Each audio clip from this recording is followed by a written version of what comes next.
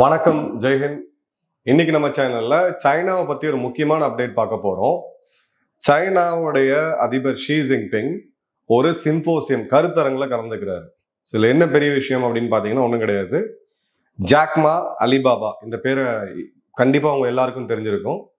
2020க்கு பிறகு ஜாக்மா உயிரோட இருக்காரா இல்லையா அப்படின்னு தெரியாத அளவுக்கு அவர் கம்ப்ளீட்டா மீடியா விட்டு எங்கேயுமே யாருமே தெரியாத அளவுக்கு கம்ப்ளீட்டா வேனிஷ் ஆயிருந்தாரு. திடீர்னு ஒரு 2 பதிவு அவர்கிட்ட இருந்து வந்துச்சு. சைனாவுடைய விவசாயத்துறையை நான் மீட்டெடுக்க போறேன் அப்படின்ட்டு அலிபாபா சம்பந்தப்பட்ட நியூஸோ இதுவோ டோட்டலா இல்லாம இருந்துச்சு. அலிபாபா மேல கடுமையான நடவடிக்கைகள் சீன அரசாங்கத்தால எடுக்கப்பட்டுச்சு. திடீர்னு ஒரு 4 வருடம் கழித்து மீண்டும் ஜாக்மா வராரு. இந்த கருத்தரங்குல கலந்துகிட்ட நிறுவனத்துடைய தலைவர்கள் யார் யாருன்னு பாருங்க. எந்தெந்த நிறுவனங்கள்னு பாருங்க. Alibaba, Huawei, Xiaomi, BYD, CATL, Unitree, யூரிங்பாங் அப்படின்ற நிறுவனம். ஸோ சைனாவுடைய டாப் நிறுவனங்களுடைய சிஇஓஸ் அண்ட் ஃபவுண்டர்ஸ் இந்த கருத்தரங்கில் கலந்துக்கிறாங்க. ஒரு ஹை லெவல் மீட்டிங். இதை சீனாவுடைய தொலைக்காட்சிகள் நேரடி ஒளிபரப்பு செஞ்சாங்க. இப்போ சீனாவுடைய ஒரு மீட்டிங், ஒரு ஹை லெவல் மீட்டிங்கை நேரடியாக மக்களுக்கு ஒளிபரப்புறாங்க. ஒரு 140 கோடி மக்களுக்கு ஒளிபரப்புறாங்க அப்படின்னா அப்போ இது ஒரு ப்ராபகண்டா, அவங்க மக்களுக்கு ஏதோ சொல்ல வராங்க அப்படின்றத அடிப்படை. இது இல்லாட்டி சைனாவுடைய மீட்டிங்ஸ் எல்லாம் வெளியிலே வராது. ஒரு சில புகைப்படங்கள் வந்தாலே பெரிய விஷயம். ஸோ மக்களுக்கு நம்பிக்கையூட்டும் விதமா ஏதோ இவங்க செய்ய வராங்க அப்படின்றத நம்ம தெளிவா பார்க்கிறோம். ஸோ கொஞ்சம் அப்படியே பிளாஷ்பேக் பார்த்தீங்கன்னா 2020ல எஜுகேஷன் செக்டார்ல இருந்து எட்யூடெக் அப்படின்னு சொல்லக்கூடிய குறிப்பா இந்த ஆன்லைன் கிளாஸஸ் டியூஷன் எடுக்கக்கூடிய பல நிறுவனங்கள், அலிபாபா, டென்சென்ஸ் போன்ற பல நிறுவனங்கள் கடுமையான நெருக்கடிக்கு உள்ளாக்குனாங்க ஷி ஜின்பிங்கோடைய அரசாங்கம். பல நடவடிக்கைகள் செய்யப்பட்டுச்சு, பல கைதுகள் செய்யப்பட்டாங்க. அடிப்படையா 2 விஷயம். ஒண்ணு, இப்ப அலிபாபா கிட்ட இருக்கக்கூடிய டேட்டா சீனா அரசாங்கத்தோட டேட்டாவோட அதிகம். அப்போ டேட்டாவோட இவங்க மிஸ்யூஸ் பண்றாங்க. மோனோபோலி அப்படின்றது ஒரு நிறுவனமே எல்லாத்தையும் சாதிக்கக்கூடிய அளவுக்கான வலிமை இருக்குது. அந்த மாதிரி ஒரு இதுல இவங்க பண்ணாங்க. பேசிக்கலா அப்போ ஷி ஜின்பிங் எடுத்த அரசியல் நகர்வு என்ன அப்படின்னா, தன்னை மாசேடோங் மாதிரி ஒரு சோசியலிஸ்டிக் தலைவரா இந்த கார்பரேட்டுகள் எல்லாம் அரக்கர்களா காமிச்சு, பணக்காரர்கள் எல்லாம் ஒரு விரோதிகளா காமிச்சு, நான் ஏழைகளுக்காக நல்லது பண்ணக்கூடியவன், நான் இந்த கரப்ஷனை ஒழிக்கிறேன், கார்பரேட் முதலாளித்துவம் ஒழிக. இந்த சமீபமா பாத்தீங்கன்னா திரைப்படங்கள் எல்லாம் கூட இந்த வார்த்தைகள் அடிக்கடி வரும். சொல்லிட்டு கம்ப்ளீட்டா காலி பண்றாப்புல. ஜாக்மா போன்ற ஆட்கள் டோட்டலாவே காலி ஆகுறாங்க. இப்போ ஒரு விஷயம் நம்ம பார்க்கணும். அக்டோபர் 2020 தான் ஜாக்மா கடைசியா ஒரு பப்ளிக் அப்பியரன்ஸ். ஜாக்மா அமெரிக்கால வளர்ந்த ஒரு அமெரிக்கா மாதிரி சிந்திக்கக்கூடிய ஒரு தொழிலதிபர். அதனாலதான் அந்த அலிபாபா அப்படின்றது இவ்வளவு பெரிய நிறுவனமா மாறுச்சு. இப்ப அமேசானுக்கும் நீங்க அலிபாபாக்கும், அமேசான் இந்தியாவுக்கும் அலிபாபாக்கும் ஒரு கம்பேரிசன் சொன்னீங்கன்னா, அமேசான் இந்தியா ஒரு வருடம் முழுக்க செய்யக்கூடிய வியாபாரத்தை அலிபாபா அவங்களுடைய சைனீஸ் நியூ இயர் அப்ப பாத்தீங்கன்னா 3 நாள்ல செய்வாங்க. அந்த அளவுக்கு ஒரு மிகப்பெரிய நிறுவனம், உலகத்தையே ஆட்டி படைச்ச நிறுவனம். அவர் கடுமையா சாடி இருந்தார். அதாவது அவங்க லெவல்ல ஓரளவுக்கு அரசும் பட்டும் படாம இந்த மாதிரி இங்க இருக்கக்கூடிய ரெகுலேட்டர்ஸ், இந்த லைசன்ஸ் ராஜ்னு சொல்லக்கூடிய சைனால இருக்கக்கூடிய அரசு அதிகாரிகள் இந்த தொழில்களை வளர விட மாட்டேன்றாங்க இப்படி அப்படின்னு பேசினாரு. அதன் பிறகு அவருடைய பேரண்ட் நிறுவனமான ஆண்ட் குரூப், ஏஎன்டி குரூப், இதுதான் அலிபாபாவுடைய பேரண்ட் நிறுவனம். இவங்க ஒரு ஐபிஓ, இனிஷியல் பப்ளிக் ஆஃபரிங் அப்படின்றத கொண்டு வராங்க. நிறுவனங்கள் பங்கு சந்தையில் வரதுக்கு முன்னாடி ஐபிஓ பப்ளிஷ் பண்ணுவாங்க, தெரியும். உலக வரலாற்றிலேயே மிகப்பெரிய ஐபிஓவா இருந்துச்சு. அது எல்லாமே சஸ்பெண்ட் பண்ணி ஜாக்மா 4 வருடம் தலைமுறை வாழ்க்கை வாழ்ந்தார் அப்படின்றதுதான் நிதர்சனமான உண்மை. அதற்கு பிறகு கடுமையான நடவடிக்கைகளை உட்பட்ட நிறுவனம் அப்படின்னு பாத்தீங்கன்னா டென்சென்ஸ் நிறுவனம், இந்த டிக்டாக் ஆப்பை வச்சுட்டு இருக்கக்கூடியது. 2-3 நிறுவனங்களுடைய அதிபர்கள் எல்லாம் பாத்தீங்கன்னா ஜெயிலுக்கே போனாங்க. அந்த அளவுக்கு ஒரு கடுமையான நடவடிக்கை எடுக்கப்பட்டுச்சு. ஏன்னா அப்போ கார்பரேட்டுகள் கார்பரேட் ஏகாபத்தியம் ஒழிக அப்படின்னு சொல்லி இங்க எப்படி நம்ம போராளிஸ்லாம் இது பண்ணுவாங்களோ அதே மாதிரியானது அவங்க அதிபரே பண்ணாரு. பல நிறுவனங்கள் கிராக் டவுன் பண்ணப்பட்டுச்சு.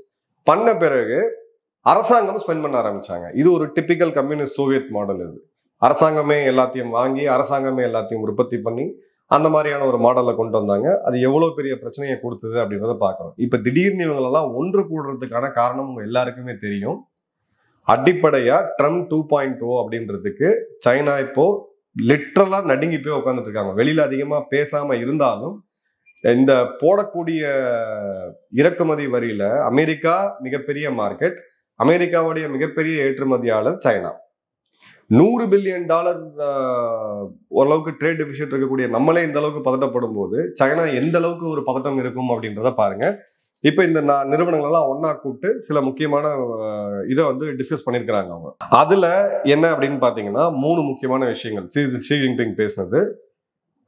தனியார் இன்வெஸ்ட்மெண்ட்ஸ் முதலீடுகள் அதிகமாகணும், கவர்மெண்டோடைய ஃபண்டிங் அதுவும் நம்ம அதிகப்படுத்தணும், சப்போர்ட்டிவான சட்டத்திட்டங்கள் தேவை, கார்பரேட்டுகளுக்கு சப்போர்ட் பண்ணக்கூடிய வேலை வாய்ப்புகளை உருவாக்கக்கூடிய ஒரு ரெகுலேட்டரி சிஸ்டம் தேவை, தேவையில்லாத லைசன்சஸ், தேவையில்லாத இன்ஸ்பெக்ஷன்ஸ், இந்த மாதிரி ஆடிட் அந்த மாதிரிலாம் இருக்கக்கூடாது அப்படின்ட்டு இதை வந்து ஒரு ஃப்ரெஷ் ஸ்டார்ட் அப்படின்றாங்க. ஒரு புது துவக்கம்.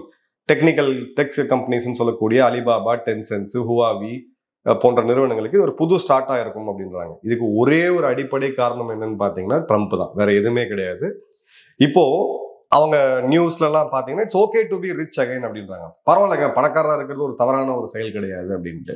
4 வருடம் முன்னாடி அவங்க ஷி ஜின்பிங்கோடைய அரசியலுக்காக இந்த நிறுவனங்கள் எல்லாம் அடக்குமுறைக்கு கொண்டு வந்து அவங்கள வந்து டோட்டலா காலி பண்ணும்போது இங்க இருக்கக்கூடிய கம்யூனிஸ்ட், இங்க இருக்கக்கூடிய சீன ஆதரவாளர்கள்லாம் பாத்தீங்கன்னா மிகப்பெரிய கொக்கரிப்பு. பாருங்க ஷி ஜின்பிங் என்ன பண்றாரு, கார்பரேட்டுக்கு எதிராக கடுமையான நடவடிக்கை எடுக்கிறாருன்ட்டு. 4 வருஷம் கழிச்சு இன்னைக்கு சைனாவுடைய டோட்டல் இன்டர்னல் எக்கனாமி கொலாப்ஸ் ஆகி அவங்க மாநிலங்களுடைய அரசுகள்லாம் திவாலாகக்கூடிய நிலைமைக்கு வந்து ரியல் எஸ்டேட் கொலாப்ஸ் ஆன பிறகு இப்போ இவருக்கு வந்து ஜாக் மால இருந்து இவங்க எல்லாருமே தேவைப்படுறாங்க. கூப்பிட்டுட்டு மீட்டிங்ல யார் உட்காரான்னு பாருங்க, ஷி ஜின்பிங் நேரடியா தலைமை ஏற்கிறாரு இந்த மீட்டிங்க்கு.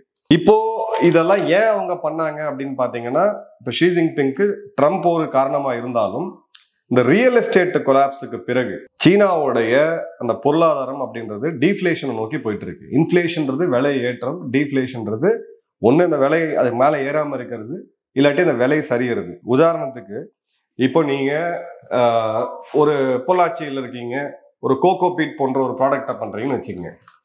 உங்களுடைய மின்சார கட்டணம் வருட வருடம் அதிகமாகும், ஆள் கூலி அப்படின்றது வருட வருடம் அதிகமாகும், நீங்க வாங்கக்கூடிய பொருட்களோட விலையுமே அதிகமாகும். ஆனா உங்க மூலப்பொருளோடைய எல்லாம் சேர்த்து நீங்க கடைசியில ஃபைனல் ப்ராடக்டா கொண்டு வரும்போது அந்த கோகோ பீட்டோட விலை ஏறாம ஒரே மாதிரியா இல்ல கம்மியாகக்கூடிய நிலைமையில ஒரு 5 வருஷம் இருந்ததுன்னா உங்க பிசினஸ் தாக்கு பிடிக்க முடியுமானா முடியாது. இதுதான் சீனால நடந்துகிட்டு இருக்கு.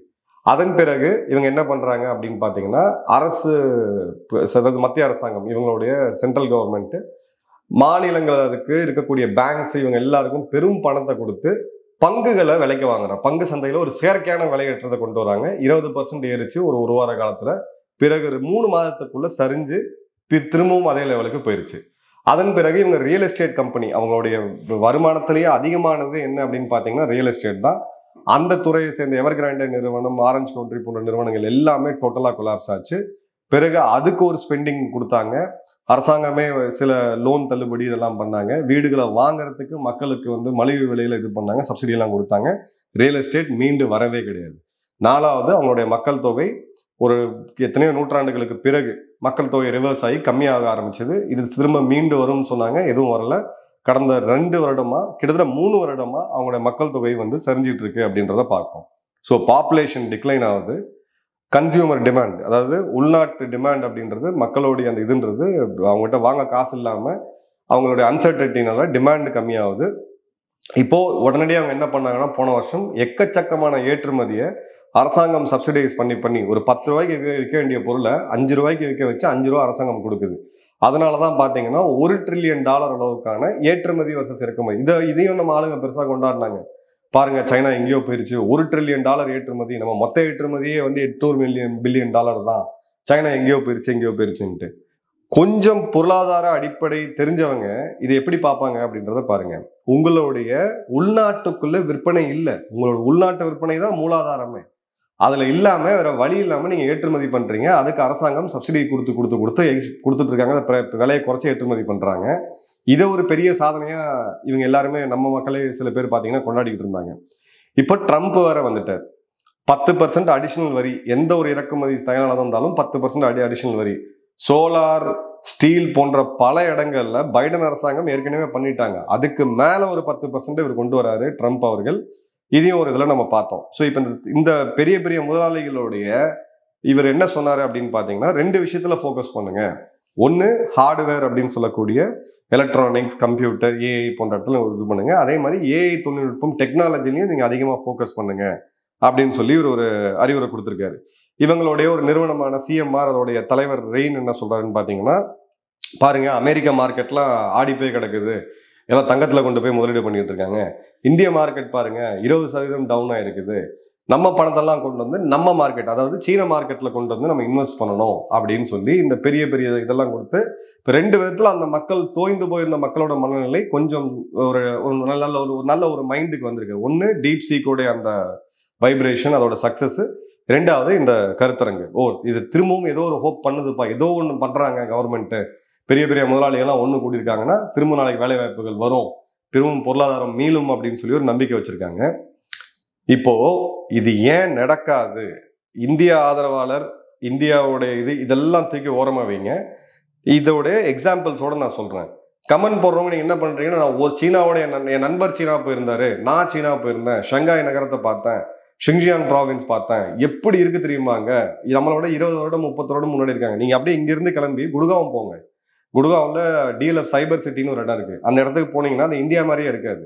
ஒரு நகரத்தை பார்த்து இல்ல ஒரு 10 நாள் ஒரு நாட்டுல இருந்துட்டு அந்த நாடு வந்து வளர்ந்துருக்கா இல்லையா அப்படிங்கிறது அதோட அடிப்படை கட்டமைப்பு என்ன, அங்க இருக்கக்கூடிய அரசியல் என்ன, அந்த நாட்டோடைய பொருளாதாரம், ராணுவம் எல்லாம் எப்படி இருக்கு, அந்த நாட்டோடைய அடிப்படை பிரச்சனைகள் தெரியாம நம்ம வந்து நம்ம நாட்டை தாழ்த்தி பேசுறது ரொம்ப தவறான விஷயம். அதே மாதிரி தேவையே இல்லாம நம்ம நாட்டை உயர்த்தியும் பேசிட்டு இருக்க முடியாது. எங்க தவறு நடக்குதோ அங்க தவறு நடக்குதுன்னு நம்ம சொல்லிதான் ஆகணும். இப்ப இந்த எல்லாம் பண்ணியும் சைனா இதுல இருந்து மீள முடியாதுன்றதுக்கான அடிப்படை காரணம் என்ன? உதாரணத்துக்கு டீப்சீக் ஆரம்பிச்சாங்க. நான் அப்பவே சொன்னேன் பல நாடுகள் தடை செய்வாங்க. அமெரிக்காவுடைய அரசாங்கம், அமெரிக்காவுடைய அவங்களுடைய டிஃபென்ஸ் டிபார்ட்மெண்ட், ஆஸ்திரேலியா, பல நாடுகள் இன்னைக்கு அடுத்தடுத்து தடை செஞ்சுட்டே வந்துருங்க. இந்திய அரசாங்கமே தெளிவா போட்டிருக்காங்க. அரசு அதிகாரிகள், மத்திய அரசாங்கத்தில் இருக்கவங்க எல்லாம் இந்த டீப்சீக்ன்ற ஏஐ யூஸ் பண்ணக்கூடாதுன்ட்டு. இந்திய மக்களோட அந்த எக்ஸைட்மெண்ட் முதல் 3-4 நாட்கள் டீப்சீக்ல அதிகமா இருந்தாங்களே தவிர, அதன் பிறகு பாத்தீங்கன்னா அந்த நம்பர் ஆஃப் யூசர்ஸ் ஃப்ரம் இந்தியாவில் இருக்கக்கூடிய பயனாளிகள் எண்ணிக்கை அப்படின்றது குறைஞ்சிட்டு தான் வருது. இன்னொரு எக்ஸாம்பிள் எடுங்க, ஹுவாவி அப்படின்ற ஒரு கம்பெனி. இதுதான் உலகத்தோடைய 5G டெக்னாலஜியை முதல்ல ரோல் அவுட் பண்ணது, 6G டெக்னாலஜியை ரோல் அவுட் பண்ணது. இந்திய அரசாங்கம் இந்த கான்ட்ராக்டை கேன்சல் பண்ணாங்க. பிஎஸ்என்எல் ஹுவாவியோட கான்ட்ராக்டை கேன்சல் பண்ணாங்க. இந்திய ரயில்வேக்கும் அவங்களுக்கு ஒரு கான்ட்ராக்டை கேன்சல் பண்ணாங்க. அமெரிக்க அரசாங்கம் இவங்களை வெளியேற்றினாங்க. இத்தாலிய அரசாங்கம் வெளியேற்றினாங்க. UK போன்ற பல நாடுகள் ஹுவாவி, இந்த பக்கம் நீங்க ஒரு அமெரிக்க கம்பெனி AT&T இந்த மாதிரியான நிறுவனங்கள் எடுத்தீங்கன்னா ஹுவாவி பாத்தீங்கன்னா கிட்டத்தட்ட 50% சீப். இருந்தாலும் நாம அதுக்கு போகல. அமெரிக்கா போன்ற பெரிய நாடுகளும் போல, நம்மள மாதிரி வளர்ந்து வர நாடுகளும் போல. வளர்ந்து வர நாடுகளுக்கு எப்பயுமே ஒரு சீப்பா ஒரு பொருள் கிடைச்சுன்னா அவங்களுக்கு பெனிஃபிட்டா தான் இருக்கும். ஆனாலும் போகல. ஏன் அப்படின்னா ஹுவாவி நிறுவனம் இந்த டேட்டா தெஃப்ட்ல ஈடுபடுறாங்க. இந்த ஹுவாவியோடைய மக்களுடைய டேட்டாவை சீன ராணுவமான PLAக்கு போய் சேருது. சட்ட ரீதியாவே அதற்கான இது இருக்குன்றது தான் இங்க வைக்கப்பட்ட ஒரு நம்மளுடைய கேபினட் கமிட்டி ஆஃப் செக்யூரிட்டியில வைக்கப்பட்ட ஒரு மிக முக்கியமான காரணம். அதன் பிறகு இந்திய கடற்படை ஒரு எக்ஸாம்பிள் எடுத்தீங்கன்னா 3 வருடம் முன்னாடி சீனா நிறுவனங்கள் தயாரிக்கக்கூடிய எந்த CCTVயுமே இருக்கக்கூடாது அப்படின்னாங்க. ஸோ இவங்க எடுத்திருக்கக்கூடிய இப்போ ஹுவாவி நிறுவனம் குளோபல் லீடர், காஸ்ட் வைஸ் பார்த்தீங்கன்னா ரொம்ப கம்மி. ஆனாலும் பெரிய பெரிய நாடுகள், இந்தியா எவ்வளோ பெரிய சந்தை பாருங்க, 100 கோடி மொபைல் யூஸ் பண்ணக்கூடிய பயனாளிகள் இருக்கக்கூடிய மார்க்கெட். ஆனால் இந்தியா போகல, அமெரிக்கா போகல, பிரேசில் போகல, பல ஐரோப்பிய நாடுகள் கைகழுவுறாங்க. 3வது ஒரு நிறுவனம் எடுத்துங்க, BYD அப்படின்னு சொல்லக்கூடிய நிறுவனம். இன்னைக்கு நம்பர் 1 கார் நிறுவனமா இருக்கு. பல டெக்னாலஜிகள், அந்த கார் குதிச்சு போகுது, கார் ஜம்ப் பண்ணி லேண்ட் ஆகுது. இந்த வீடியோஸ்லாம் நம்ம தொடர்ந்து பார்த்து அப்படியே புழங்கச்சா நம்ம எங்கப்பா இருக்கிறோம், நம்ம எல்லாம் ஒரு காரா ஓட்டிக்கிட்டு இருக்கோம் அப்படின்ட்டு. BYD நிறுவனத்தை அதனுடைய கார்கள் மேல இன்னைக்கு இறக்குமதி வரின்னு எடுத்தீங்கன்னா 60% கிட்டத்தட்ட 240% வரைக்கும் சைனாவுடைய நட்பு நாடுகள்னு சொல்லக்கூடிய துருக்கி போன்ற நாடுகள் கூட இன்னைக்கு அந்த அளவுக்கு வரி வச்சிருக்காங்க. அவங்க என்னதான் அட்வான்ஸ்டு காரை தயாரிச்சாலும் அதற்கான சந்தையில அவங்க உள்ள விட மாட்டாங்க. இப்போ ஐரோப்பாவும் அடுத்தடுத்த பொருளாதார ரீதியான அவங்க மேல இருக்கக்கூடிய டாக்ஸஸ் அதிகப்படுத்துறாங்க. ஸோ சைனாக்குள்ள இப்ப நடந்த விஷயம் என்ன அப்படின்றத பாருங்க. சீனா மேல குற்றச்சாட்டுன்னா பொதுவான குற்றச்சாட்டு டேட்டா தெஃப்ட், இங்க இருக்கக்கூடிய டேட்டாக்களை திருடுறது, ஆப் மூலியமாவோ இல்ல ஹார்ட்வேர் மூலியமாவோ. IP தெஃப்ட், யாராவது ஏதாவது ஒன்று கண்டுபிடிச்சிருந்தா அதை அப்படியே காப்பி அடிச்சு இது பண்றது. நூற்றுக்கணக்கான IP theft, intellectual property theft case வந்து இன்னைக்கு அமெரிக்கன் நீதிமன்றங்கள்ல போயிட்டு இருக்கு, ஐரோப்பிய நீதிமன்றங்கள்ல போயிட்டு இருக்கு. 3வது கோவிடுக்கு அப்புறம் இருக்கக்கூடிய ஷி ஜின்பிங்கால இந்த நாடு அழிஞ்சதுக்கான பெஸ்ட் எக்ஸாம்பிள் இதுதான். ஒரு 10 வருடம் முன்னாடி பாத்தீங்கன்னா இந்திய சீனாவோட அந்த சோஷியோமெட்ரி நம்ம பார்க்கும் பொழுது பெரிய அளவுக்கு நம்ம சீன மக்களெல்லாம் வெறுத்ததெல்லாம் கிடையாது. உலகம் முழுக்க இன்னைக்கு சீன மக்களை வெறுக்கிறதுக்கான காரணம் அந்த கோவிடும் ஷி ஜின்பிங் நடந்துகிட்ட விதமும் தான். 13 நாடுகள் இந்தியா கிட்ட நடந்துகிட்ட விதம், கல்வான்ல பண்ண பிரச்சனை, இந்தோனேஷியா, மலேசியா, தாய்லாந்து போன்ற சிறு சிறு நாடுகளை வந்து ஹராஸ் பண்றது, எல்லா நாடுகளையும் அடிமைப்படுத்தி பார்க்கணும்ன்ற அந்த திமிரு, உல்ஃப் வாரியர் டிப்ளமசின்னு சொல்றது, இது எல்லாமே மிகப்பெரிய கெட்ட பேரை கொடுத்துருக்கு. ஸோ இன்னைக்கு பல நாடுகள்ல சீன தயாரிப்பை பயன்படுத்தக்கூடாது அப்படின்ற அந்த விழிப்புணர்வு மக்கள்கிட்ட இருந்தும் வருது, அரசாங்கத்திட்ட இருந்தும் வருது. அதன் பிறகு பாத்தீங்க அப்படின்னா இவங்களுடைய இன்வெஸ்ட்மெண்ட் மாடல், இப்ப பிஆர்ஐ அப்படின்றது உங்களுக்கு ஒரு ப்ராஜெக்டுக்கு பணம் இந்த பாக்கெட்ல இருந்து சீனா கொடுத்துட்டு நீங்க அந்த சீன நிறுவனத்தை வச்சுதான் நீங்க வேலை செய்யணும். பேசிக்கலா சீன நிறுவனத்துக்கு உங்க மூலியமா ஒரு இன்டைரக்டா கடனை கொடுத்து அந்த பாக்கெட்லாம் வாங்கி திரும்ப போட்டுக்கிறது. ஸோ இப்போ இவங்க என்ன சொல்றாங்க, இந்தியா பாருங்க சீனாவை மேட்ச் பண்ண முடியல, அம்பன் தோட்டையில வந்துட்டாங்க, வடக்கு இலங்கையில வந்துட்டாங்க, கிழக்குல வந்துட்டாங்க. இப்ப இவங்களுடைய தொழிலதிபர் சொல்றாரு, இல்ல நம்ம மார்க்கெட்ல நம்ம இன்வெஸ்ட் பண்ணோம், வெளிநாடுகளில் போய் இன்வெஸ்ட் பண்ணக்கூடாதுன்ட்டு. இதைதான் நம்ம முதல்ல இருந்து சொல்லிட்டு வரோம். அசுரத்தனமான ஒரு வளர்ச்சி, அந்த மாதிரி வரக்கூடிய முதலீடுகளை கொண்டு போய் சொந்த நாட்டில் போடாம வெளிநாட்டில் போடுறது கம்ப்ளீட்டா அப்படின்றது இப்ப இவங்களுக்கு வந்து புரியுது. பிரிக்ஸோடைய எதிர்காலம் சீனாவுடைய அந்த யுவான் கரன்சியை வைத்து டாலருக்கு கவுண்டர் கொடுக்குறேன் அப்படின்றது அந்த ட்ரீம் இப்போ பல வருடங்கள் தாண்டி போயிருச்சு.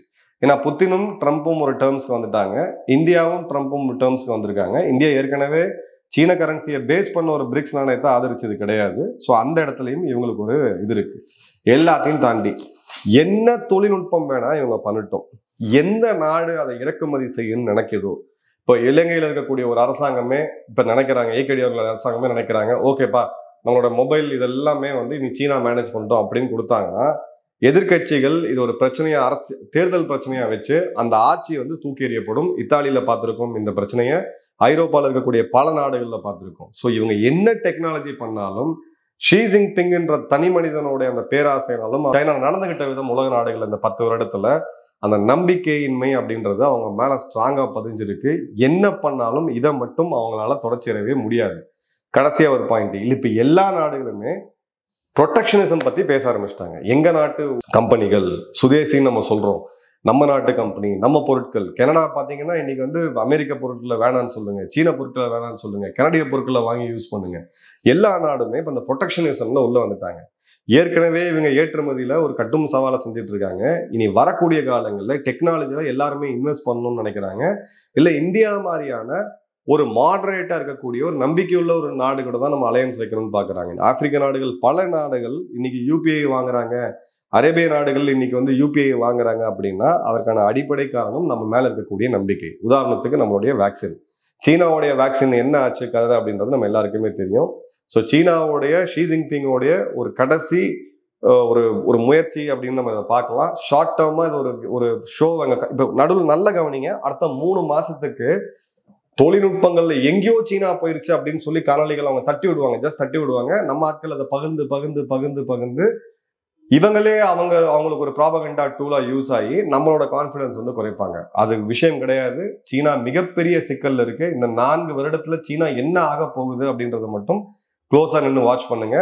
இல்ல எந்த கார்பரேட் ஏகபயத்தை எதிர்த்து இவர் இவ்வளவு நடவடிக்கை எடுத்துட்டு 4 வருஷம் கழிச்சு திரும்ப அவங்க எல்லாரையும் கூப்பிட்டு அவரு காலில் ஒருத்தர் விழுறாரு ஷி ஜின்பிங் அப்படின்னா கண்டிப்பா அந்த நாட்டுல ஏதோ பிரச்சனை இருக்குன்ற அடிப்படை தெரிஞ்சா மட்டும் நமக்கு போதும். நன்றி, வணக்கம், ஜெய்.